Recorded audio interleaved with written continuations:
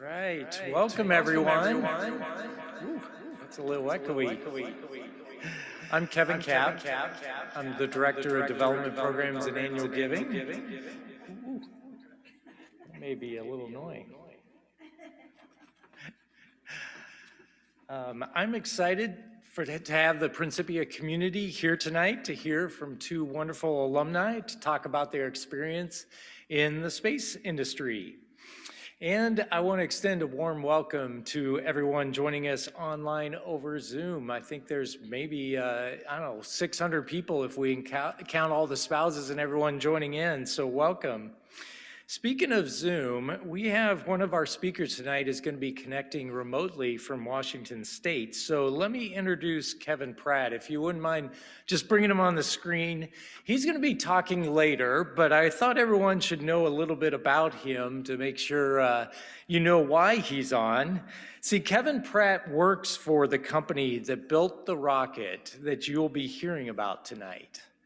Kevin is a graduate of Principia Lower, Middle, Upper School, and College, so he's a lifer. And he earned his master's, He earned his master's in computer science from the University of South Florida. Currently, he's the principal avionics engineer at Blue Origin, and he's working on their New Glenn launch vehicle program.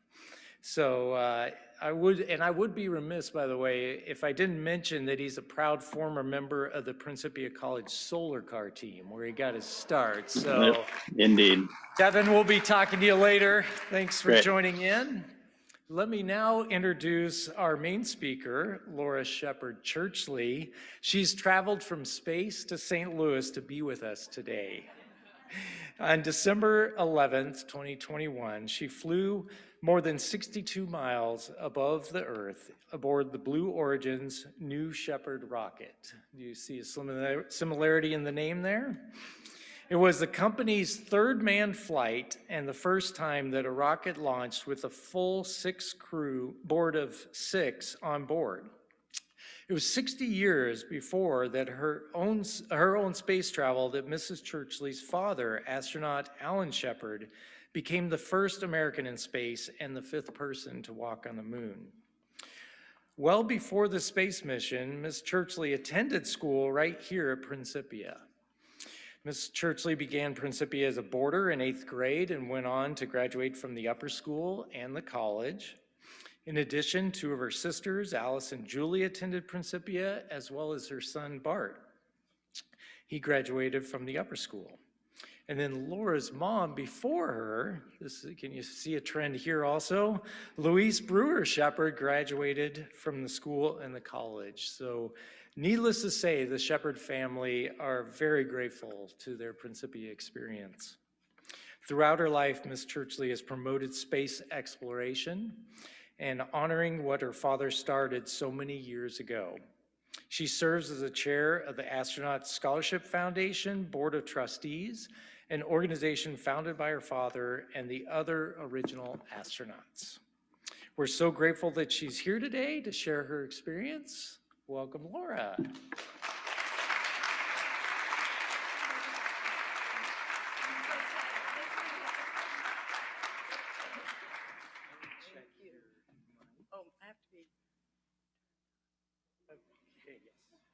Hello? Hello? You can hear me? Wow, I didn't realize that. Earlier it was louder. Okay, well, thank you for being here tonight. I'm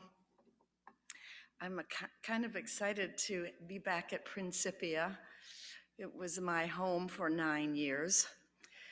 The first year I was here was the year that Daddy went into space. And I had to go to the headmaster's house to watch the event because Mother wasn't quite sure what was going to happen.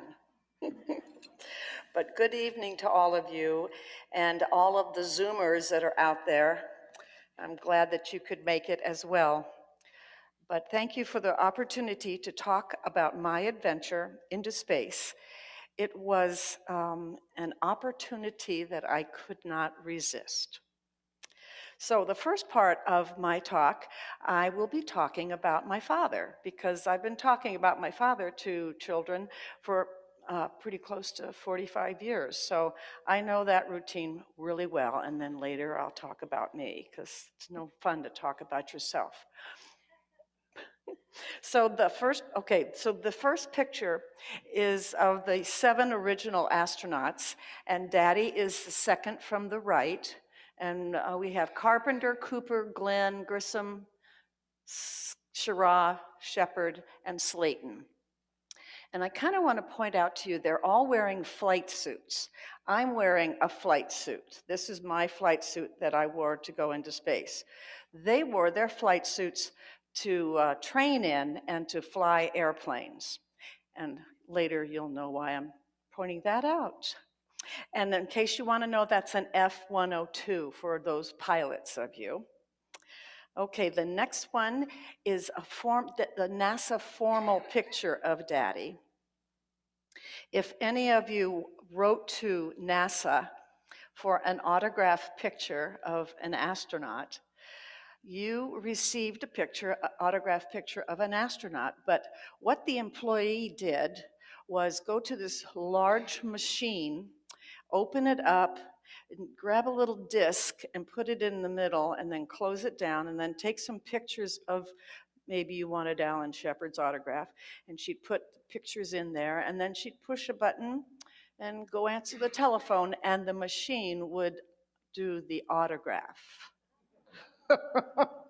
That's a little unknown fact. So you may think you have an autographed picture of Alan Shepard, but maybe you do and maybe you don't. And so this is the first attempt to make a pressurized spacesuit. And this is what they wore in space because their spacecrafts were not pressurized. And you can see that it's in the making because it has masking tape around the wrists and the ankles because they hadn't fitted the boots yet. But this was one of the very first pressurized suit. And I didn't have to wear a pressurized suit because my spacecraft was pressurized. My trip was 60 years after Daddy's, so there's been a big improvement. And this is the launch of Daddy's Freedom 7. It's a Mercury rocket. And the astronaut is way up on the top in that little black spacecraft. And our missions were exactly the same, only different. Daddy went up and came down, I went up and came down. And so through the evening, I'll tell you the differences. Okay, the next one, yeah, this one is really good. I don't know if you can see, right up here are the 2 straps. Daddy is strapped in. He never felt weightlessness. He stayed in his seat the whole time. He flew his craft. And we had 2 years to learn from Daddy what he was doing, because when he initially told us he was leaving the Navy and going to be an astronaut, we hadn't a clue, a 5th grader and a 2nd grader. We didn't know what he was talking about. So we had 2 years to figure out what was going on. My main question to Daddy was, what happens if the parachutes don't open? Oh, well, there's a backup parachute, Laura. Oh, okay, well, that's good. That's good. And the one thing I loved that my parents did, and it's really, I have figured it out through the years, but they never talked about, oh, you should be afraid. This is a really scary thing that your father is doing. He may not come back. They never said anything like that. They said, Daddy is doing his job and he will come home safely. Being the Christian scientists they dwelt on the good. Okay, next. And this is what Daddy's journey was. This is Cape Canaveral, and he ended up 300 miles in the Atlantic Ocean, and he went 166 miles into space. I went 66 miles into space, and I came down 2 miles from where I launched. That's because a computer was taking care of our trip, not a pilot. I think Daddy would have enjoyed the ride that I had. And now this is the lovely scene that we all love to see, because we know that Daddy is on his way back to Earth safely when we see the parachutes. And this is he being picked up. You can see him under the wheel. And then the helicopter also picked up the spacecraft and took it to an aircraft carrier, because Daddy was to receive a phone call from President Kennedy to invite Mommy and Daddy to the White House for dinner. So they got to do that. Oh, there he is talking to President Kennedy. And I think that, yeah, and this is a picture of my mother when she knew Daddy had done his trip correctly. Very, very happy about that. And then there's the White House, Kennedys and the Shepards and Lyndon Johnson. Okay, and now I'm jumping 10 years ahead to 1971.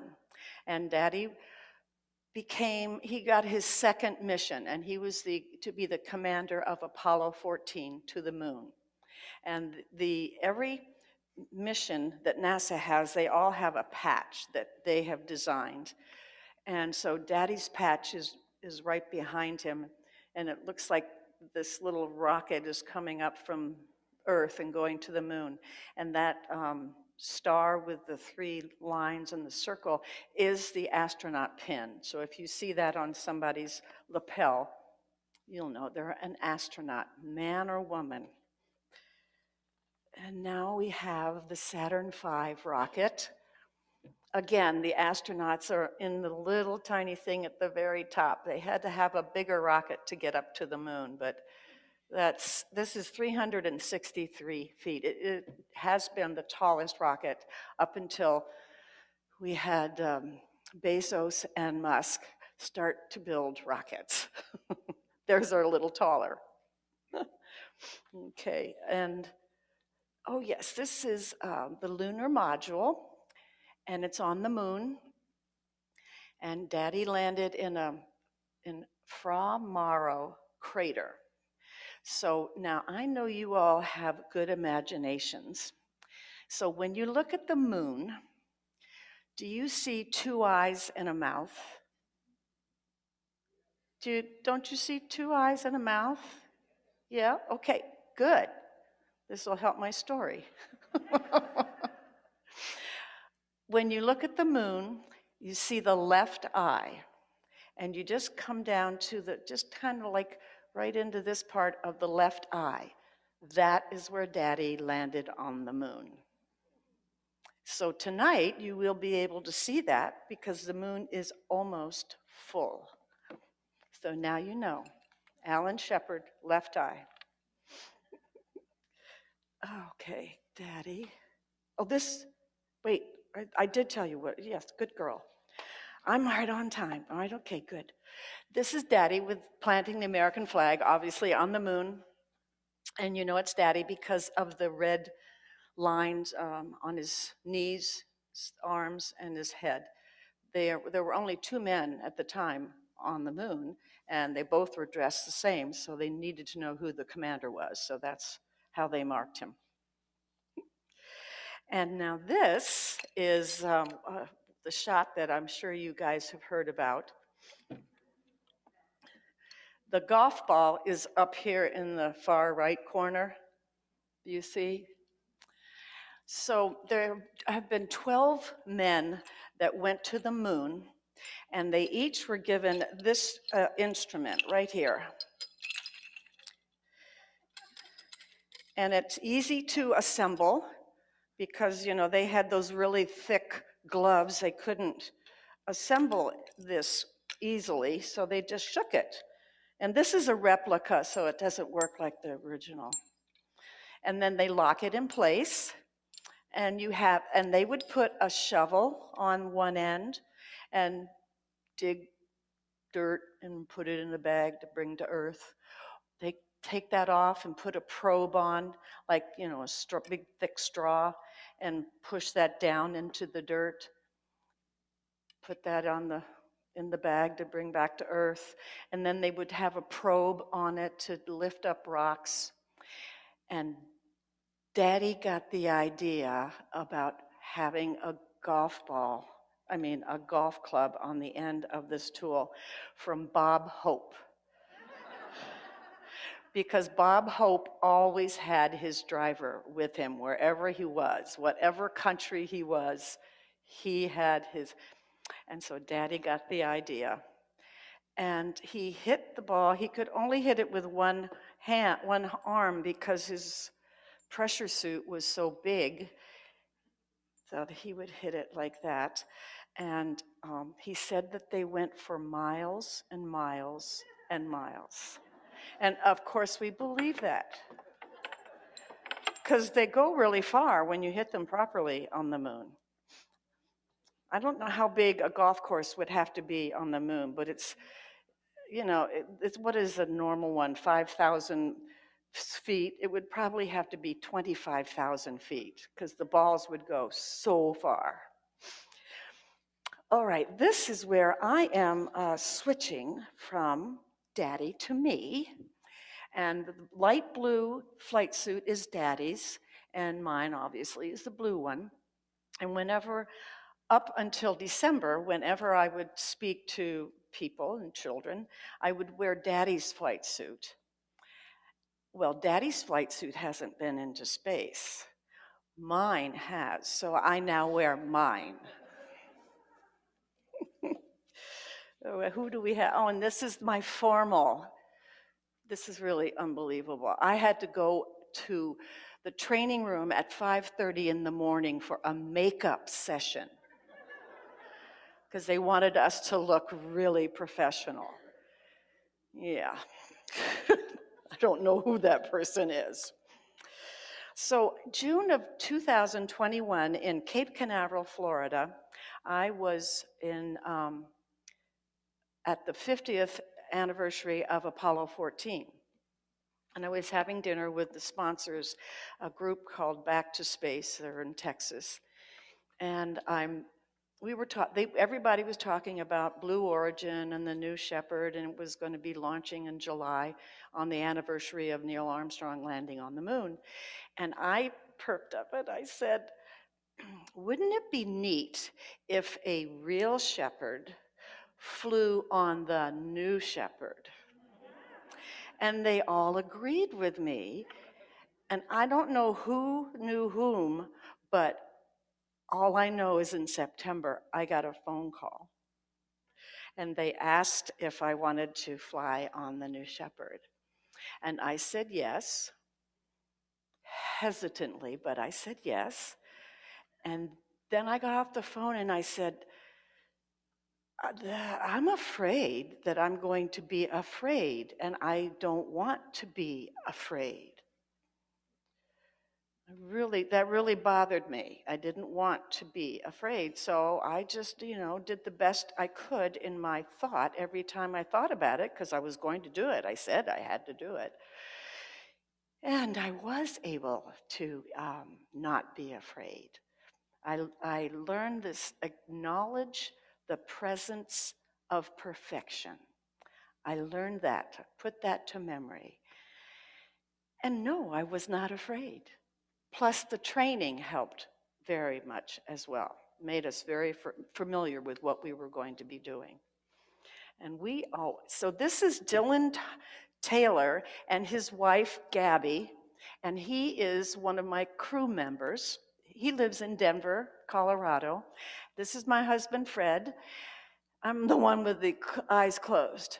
Dylan asked Fred and me if he could fly us down to Van Horn, Texas in his Gulfstream airplane.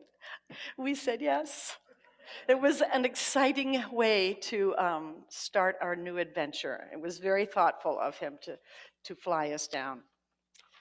And these are my crew members.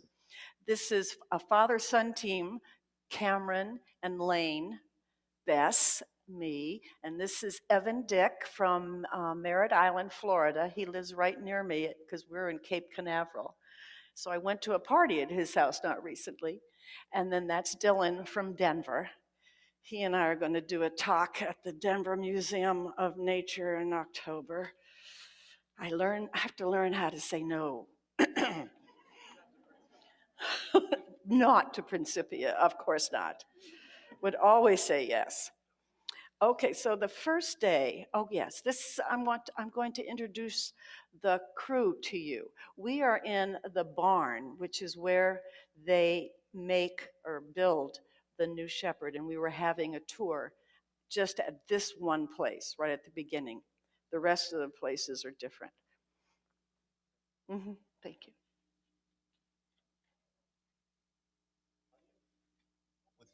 You can see Jeff Bezos realize. Watching Jeff and Mark Bezos completely changed my mind. It was amazing, and I had never experienced anything like that. My father was the first American in space, Alan Shepard, and I kind of feel a little bit like I'm following in my father's footsteps. I was attracted to it from a very, very young age. My film dream was actually to go to space. I'm a big believer in the power of space to transform. I've wanted to spend my entire career in aerospace, and I didn't get the opportunity to do that. So now I'm just late in my life getting the opportunity to be a part of it. When it became real, I went to the panel and I said, "Who wants to go?" And the only person that raised their hand was Cameron. We weren't thinking so much about it being first father and child as much as the opportunity to experience it together. I just want to see the Earth from that perspective and understand how small of a part we are of something so large. I'm doing this because I think the pioneering nature of this is important. We need people who are going to actually demonstrate the way forward, because I think it's a necessary step in the next evolution for humanity. It's certainly an honor to be one of the first LGBTQ plus people in space. You know, I'm no hero. I didn't really work to go to space, but I do think that the visibility that I'm providing for that community is valuable. Very excited and incredibly grateful to be going up into space. Part of me wanted to go because it's something I thought I would never want to do. I just feel like he's right here with me. And I can't be more excited than I've ever been in my whole life.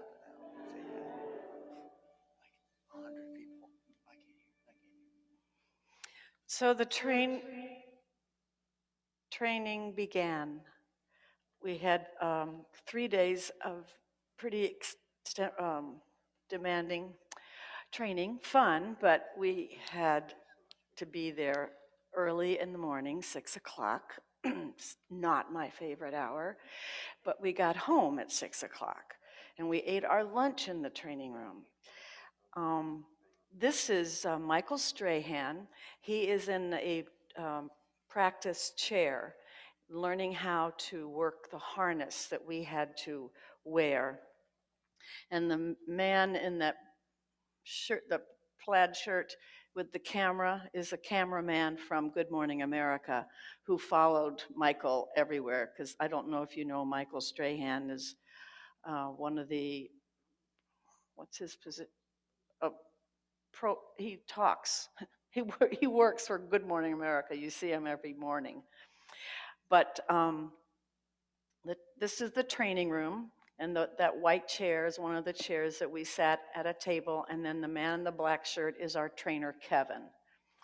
And so the next picture is where we spent, oh golly, most of our time. This is a simulator, and right here is, well, right there is where I put my head. That's my chair, because I was the number 2 chair. Michael was number 1. And then this thing is a backup device, a safety device.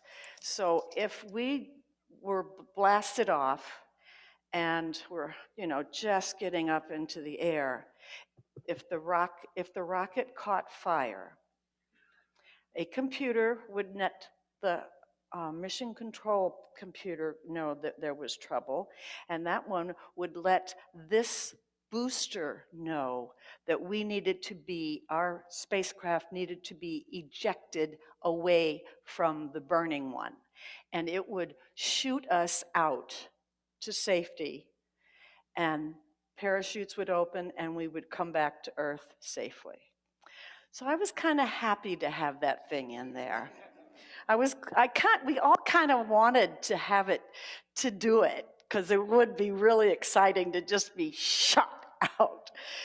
But we're grateful that we didn't have to experience that. But we were in that simulator in the morning at least 10 times, because we would go over our 11-minute mission. And we would hear every sound that we were going to hear while we were in space, so that when we did have our launch, we were comfortable with all those sounds. We even had, I forgot to tell you, we were fitted with earplugs because the noise in the spacecraft is so loud, it might kind of mess you up. Oh, and so we did practice everything. And this is a practice of when we landed, when we got out, the first thing we're supposed to do is give our trainer, Kevin, a high five. We practiced everything. Practiced jumping out of the spacecraft. Now, this is the launch pad, and the rocket is not there, but it should be over on the right side. It's in the barn. But another safety device is that white building up top. If, again, there's a problem with, let's just say we haven't blasted off yet, and we don't know what's going on, but it's not working, so they would tell us to get out of the spacecraft, go into this little building. It was our safe house. The walls were this thick, and they had big, huge tanks of air in case we needed more air, if we had to stay there for a few days. Water, they had a camera so they could see us and see that we were safe. And then we had a voice microphone that we could talk to mission control. So they thought of everything. I need to thank Kevin for all that he did, if he had anything to do with those safety devices. Okay, so we had a postponement, and that meant we had to go back to the astronaut village, and this was not Fred's and my house, but this is what it looked like. It's called an Airstream RV. 8 days, 8 nights in that thing. I never have to do it again. I will never do it again. But it was, kind of interesting. It's because that's when the astronauts came back from the moon, they went into the Airstreams and went into quarantine for 14 days. Now so on our day off at breakfast, Evan from Merritt Island said, "Does anybody want to go for an airplane ride?" So I said I did, and 2 other people said they would go. So we flew around for 2.5 hours, and this is a aerial view of the astronaut village. And it's what Southwest Texas looks like. It's just nothing. So these are the 7 Airstreams that all the astronauts stayed in. And then up there, not that big white thing, but the little one, is the Kármán line bar. When you go over the Kármán line, you are in space. It's 62 miles into the air. And then this big white building here is our dining room. And they had a dining room table that would seat 35 people. And the food was fantastic. It was hard not to eat everything they served you. And so when we got back for lunch, my husband Fred and Michael Strahan had decided we were going to play golf. So that meant the Blue Origin people had to go to Van Horn, Texas, and to the golf course. But it happened to be closed. So they went to the mayor of Van Horn, and she got it open so we could play golf. And Michael and I were a team, and my husband and Eugene, Michael's best friend, were a team. And oh, you asked whose team won, right? You asked that, right? The astronauts. Michael's a really good player. I think he has like a 4 handicap or something. And then this was later on in the day. Fred and I are having some lemonade and looking at that. It's so different from the Rocky Mountains where we live, but it's pretty spectacular view out in the middle of Texas. Okay, and then that evening we got to shoot off these model rockets, and they had parachutes, and since there aren't any trees out there, they would just land, and all the children would run over and get it, and then they'd stuff the parachutes back in, and then we got to shoot it off again. So we had, it was wonderful relief from the first 4 days of that intense training. We were ready to get into the real spacecraft. And so this is launch day at 5:30 in the morning. Everybody had to come to the astronaut village to say, I love you, Nana, I love you, and we'll see you in a couple of hours. So these are my grandchildren, and they're saying, we love you, Nana.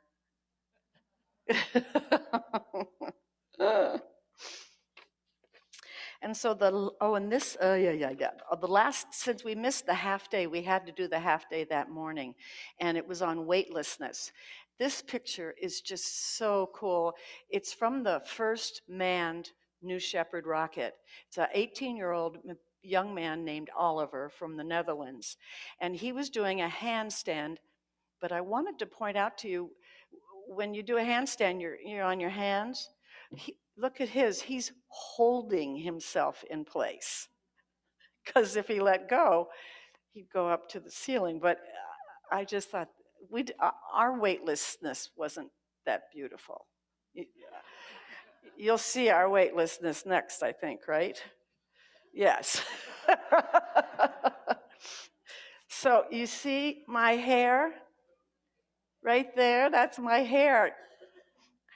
I was going to wear a baseball cap, and they all told me, no, you need to let your hair do its thing. So yeah, it was pretty effective.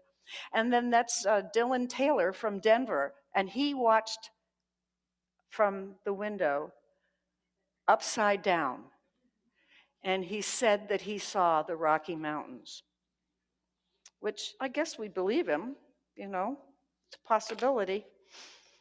I just saw the big black sky and then that blue atmosphere around the Earth, and then the curvature of the Earth. We didn't go high enough to see any stars.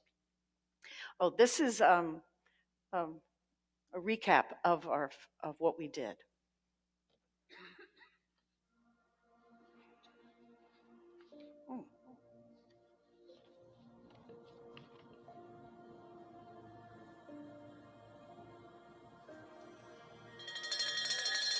We ring the bell for good luck. Laura, when your father became the first American to go into space 6 decades ago, it took the entire resources of the nation state. And today, you guys can do it in a completely different way. That, for humanity, is what's called progress. That was Jeff Bezos. There, that was me. 10, 9, 8, 7, 6, 5, 4, minutes start, 2.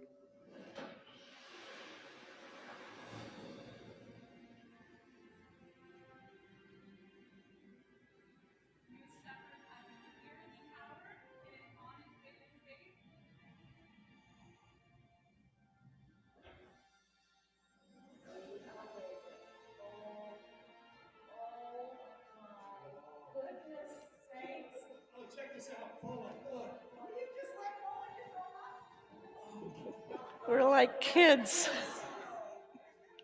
There we go.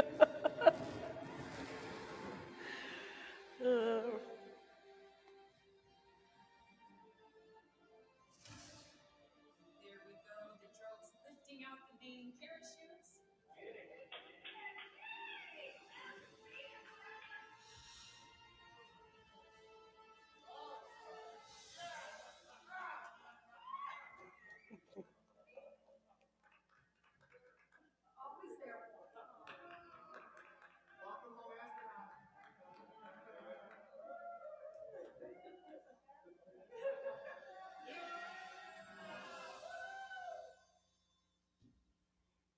It was a great landing. And when we landed, we were only going 5 miles an hour because they have jets underneath. And if we're going like 15, then they turn on and they slow it down. So didn't feel badly at all. Looked bad because of all the dust. And my family was able to come out to the landing site. That's my daughter on the left, and my son on the right, and my husband left of him, right of him, sorry. And this is the original 6, because we were the first group to have 6 members, crew members. The other 2 had 4 members each. So we were the original 6, kind of like the original 7. Yeah, kind of. Okay, I believe Kevin is here. And I'll take this apart. We are going to transition. Thanks, Laura. Mm-hmm. Appreciate that.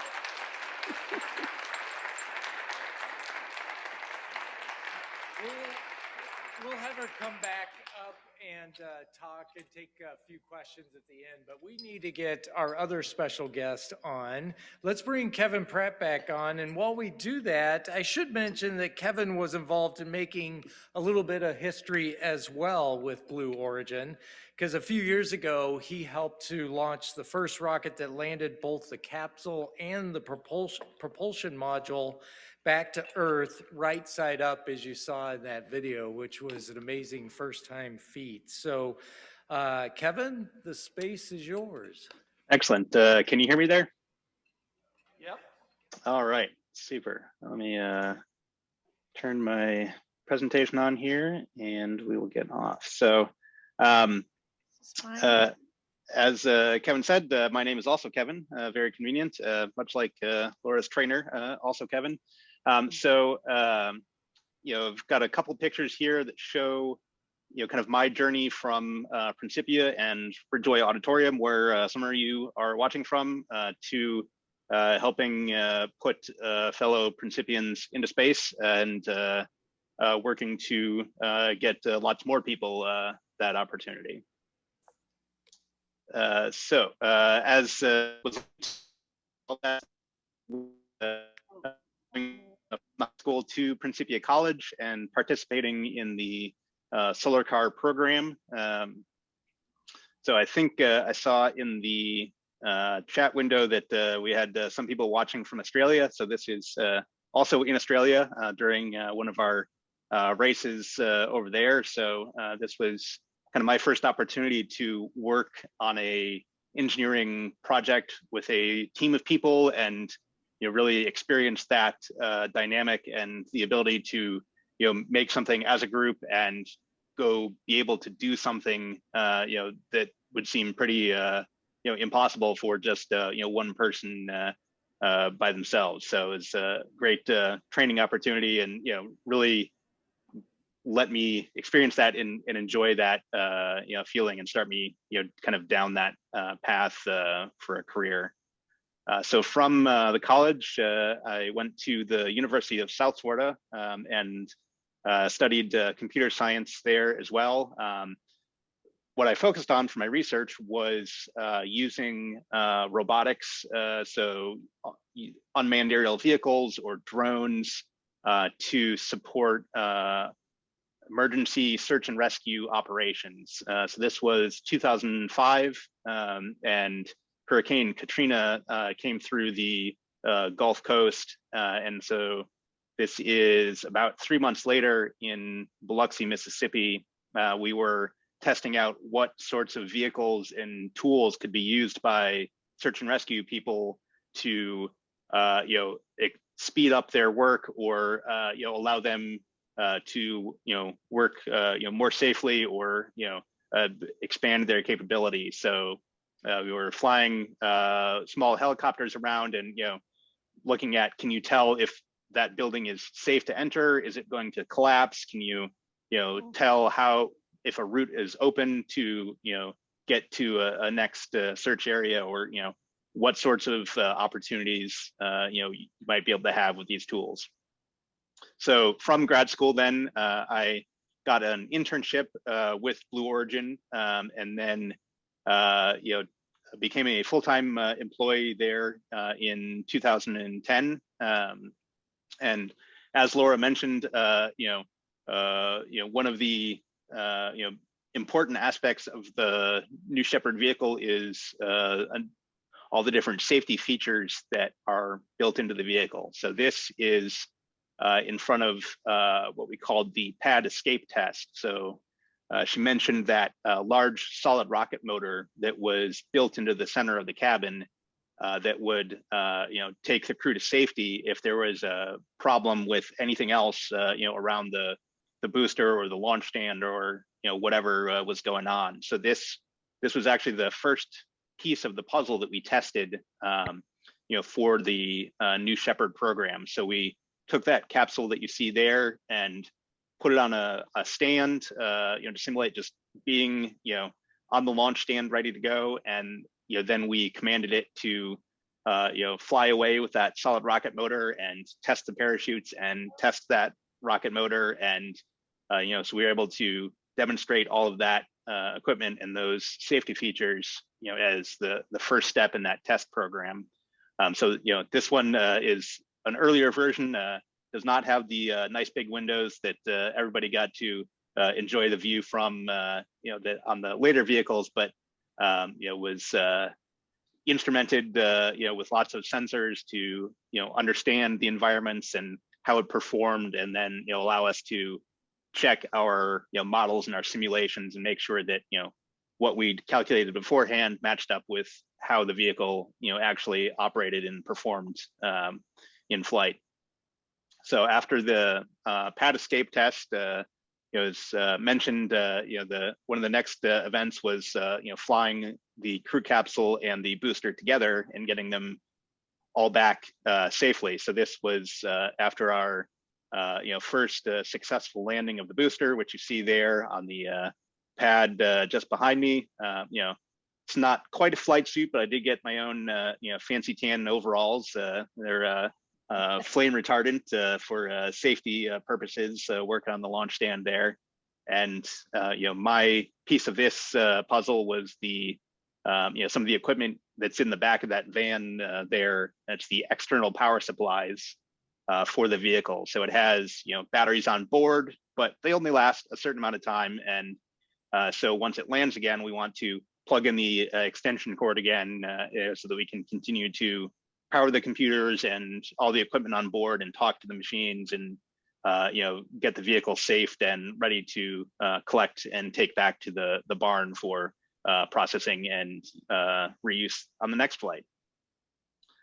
So following that, I then started to specialize in the RF communications, the radio frequency communications that allow us to receive data from and send commands to the two vehicles, so both the booster and the crew capsule. And so here is me with two of the antennas that we have up in the hills behind where the astronaut village is.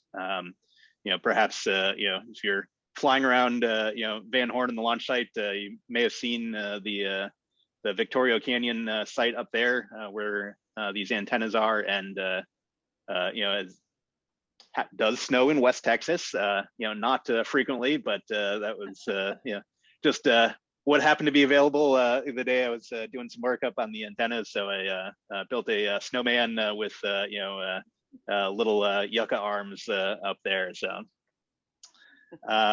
then from there, I was on the new Shepard program for I think the first 6 flights of the vehicle, and then in 2017, I kind of once we'd finished the test program, I switched over to the New Glenn launch vehicle program at Blue Origin, and so that's the much larger vehicle that's going to launch out of Cape Canaveral in Florida.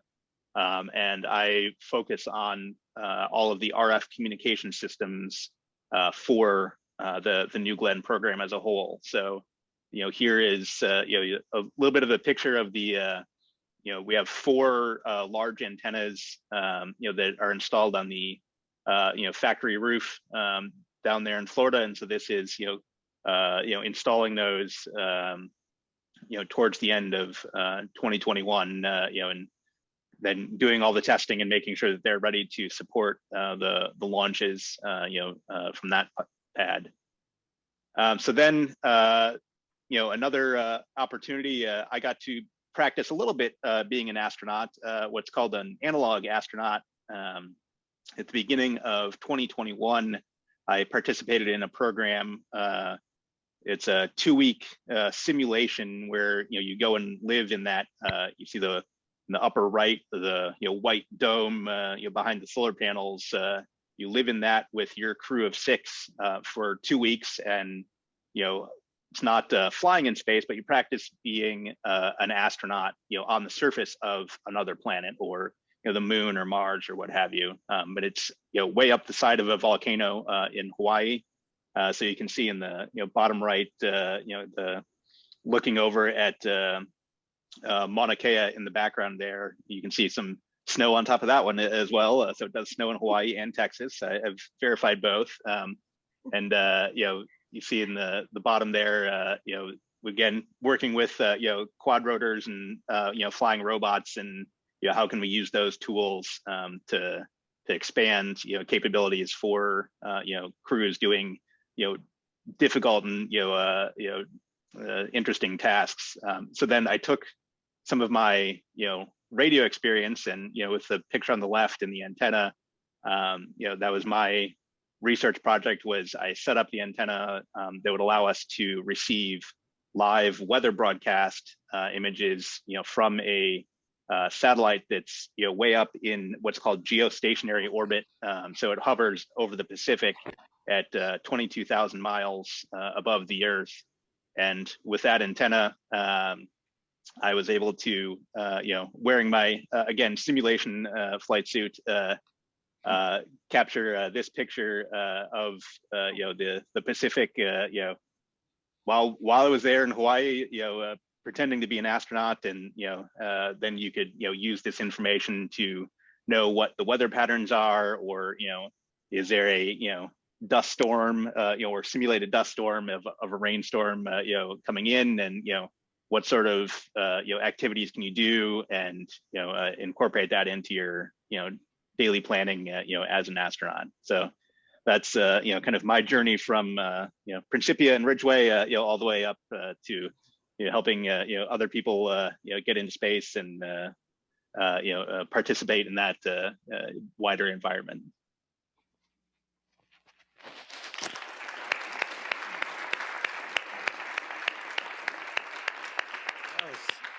Fabulous, Kevin. Thank you so much. You're welcome.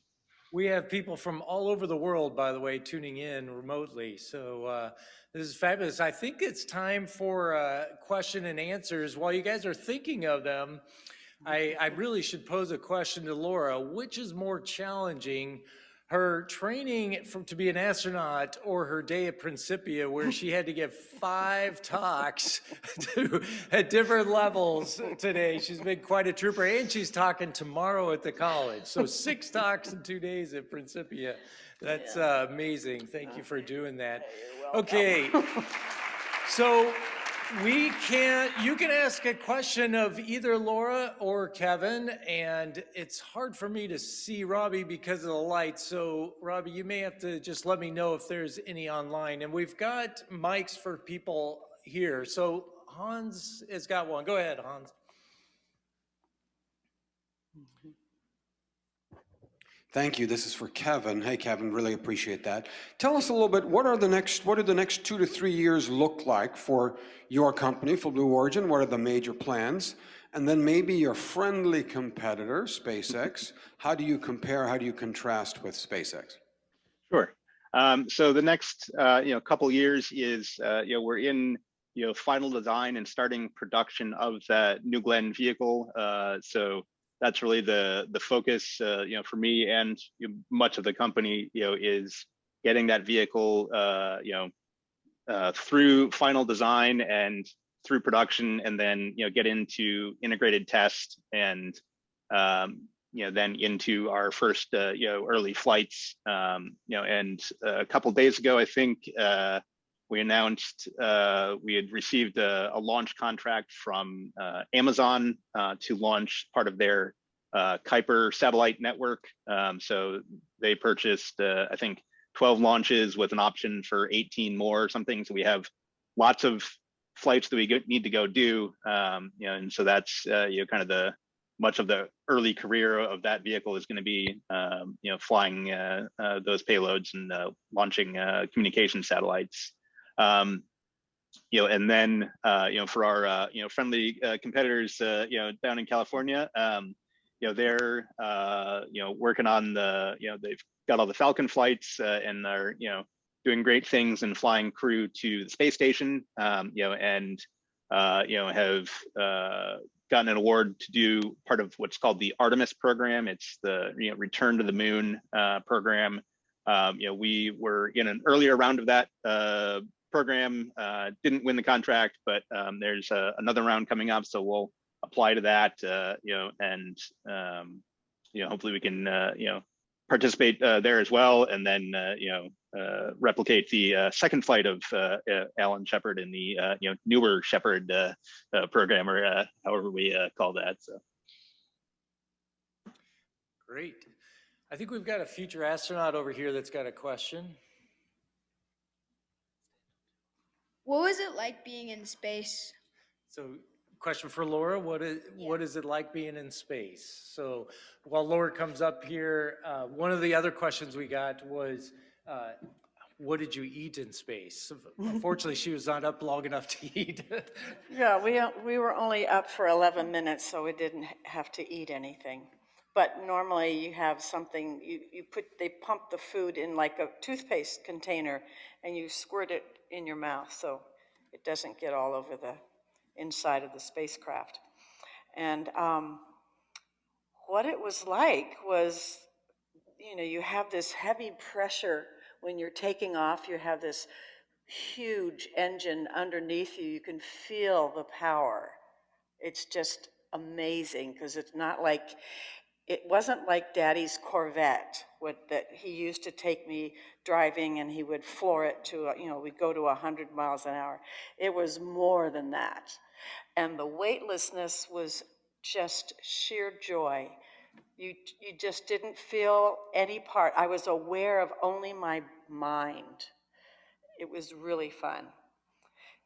And I just want to thank Kevin for all of that he did for the new Shepard. I really, really appreciate it. of course. Maybe you have a question online, Robbie? Yes, from online, Susie Shepard asks, Laura, what was your best time and worst time doing this event? And how did you get through your worst time? Ooh, the best time was the flight itself. And the worst, I don't ever think about the worst time. Now you make the best thing out of the worst before it becomes the worst. But the 4 days of the intense training, I didn't realize that was, took a toll on me. Not that it took a big toll, I needed to take a breath. And we had a postponement, so I got what I needed. Can I ask Laura a question? Of the 11 minutes that you were up in space, how much of it was the weightlessness? 3 whole minutes. Robbie? Another question from online. Erica asks, did you experience what Frank White called the overview effect? Essentially, you have a whole new perception of Earth, Laura?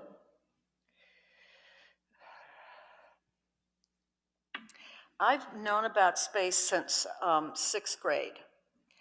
Lived with an astronaut, know a lot of astronauts. I've seen thousands of pictures of space from the space shuttle, from the space station, and they don't lie. They show you exactly what space is like, what it looks like. They are in the deep, dark part of space. I didn't get to that part. So it looked just like the pictures that I've seen. I hope that is okay for an answer.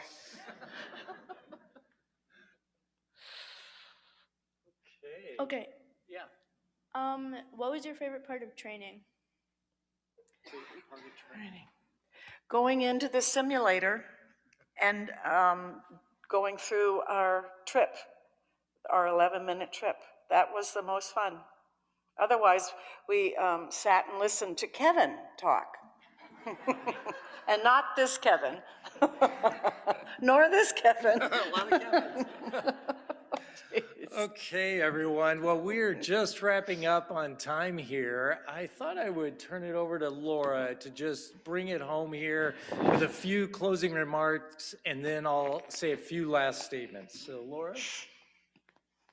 Didn't realize I was on. Did you know that over 600 people from 40 countries can say they have flown into space? I'm one of those 600. But the 7.8 billion residents of Earth have not yet reached space. What do we citizens get from our space agency? I'll give you a few examples.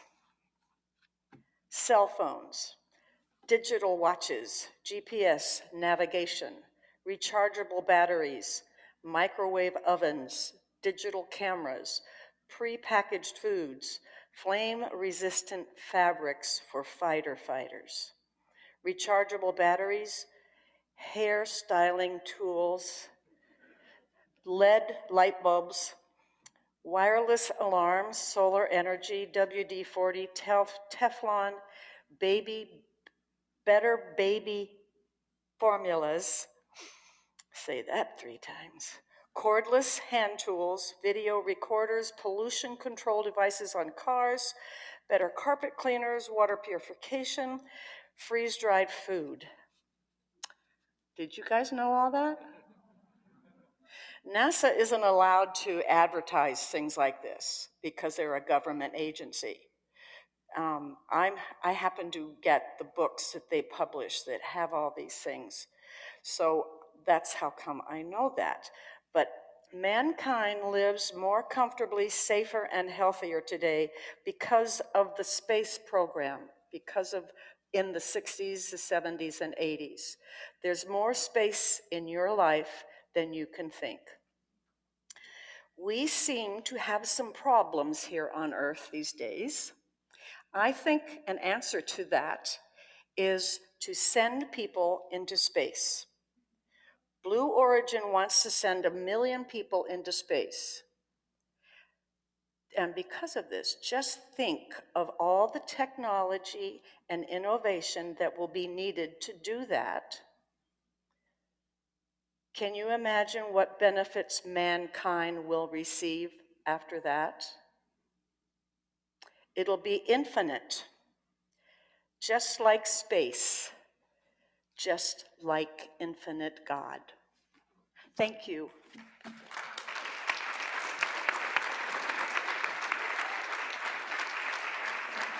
Thank you. Wow. Turn me off. How wonderful to hear these 2 amazing alumni. I can't wait to hear how our students and alumni follow in the footsteps of these 2 into space. I want to thank Kevin for joining us tonight. Thank you so much, Kevin Pratt. Appreciate it. Thank you, Laura. Appreciate it. So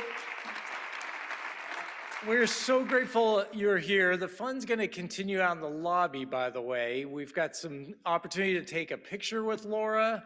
We've got some virtual reality moon you can take a picture with. That's really fun. And a few other things. You can see the golf ball and the Principia golf ball and the Principia patches, stickers that Laura graciously took into space for us. And on our trip, they're out there in a display case. And by the way, she is giving all of our students here at the school an opportunity to do a postcard to themselves from space that's going to go up on a future rocket. They're going to address it and make a picture, and then it's going to get mailed back to them. So thank you for doing that, Laura. That's fabulous. So what could you do to help our students launch into new amazing careers? Well, I hope you will join us for our Spring Day of Giving. We are shooting for the moon as well to unlock astronomical amounts of funds for our students. Will you be the one that helps unlock the last challenge that could be worth up to $500,000 that we have available for our Giving Day? A gift of any size will help unlock those funds for our students. So thank you, everyone. For those of you that are in person, I hope you'll join us in the lobby and get a picture with Laura. And for those of you that are online, I hope you'll watch for our next virtual event. You can see those at principiaalumni.org/events. So good night, everyone. Thanks.